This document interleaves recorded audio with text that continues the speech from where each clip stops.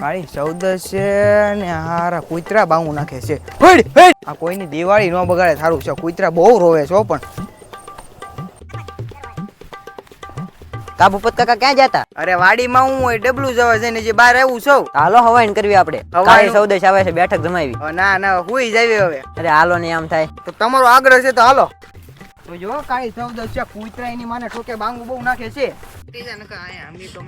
રોજડા લીધે છે ને મૂકવું પડે અમારે અને માણસોની બહુ રાઈડ થઈ ગઈ છે. અને જેને બીક લાગતા હોય ને એથી વૈયા જજો પાછા. પછી નળમાં કેતા ની ફાંટ છે તો શિયાળાની સીઝન શરૂ થાય ને તો ભઠ્ઠા થોડુંક આપણે છે ને હાથ બાદ શેકી લેવી ને ભૂતની થોડીક છે ને વાતું કરી લેવી. ઓ ભૂપત દાદા ભૂતની બહુ વાતું ન કરતા, પછી મને રાતે ઊંઘ જ ન આવે. ગોદડા પલાળ છે હવે. ને કોણ લાવ્યો આ હારો મોર મોર એટલે તું એવી વાતું ન કરતો ગોદડા પલાળવાની. ભૂપત દાદા કૂતરા કેમ રોતા છે? આ કૂતરાની એક છે ને વાત છે, અમારા ખટિયા કીધા એટલે હું તો ખડો છો ત્યાં ગામમાં કોઈ વખત થવાનું હોય ને કૂતરાને પહેલા ખબર પડે.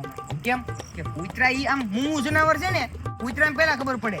આ બહુ લાગે ને જો તાની પાનું પેટું કાકા ભેગો તું બેહવા જાશું ને અને બીક લાગતી હશે. અરે એવું કાઈ ન બીક લાગે.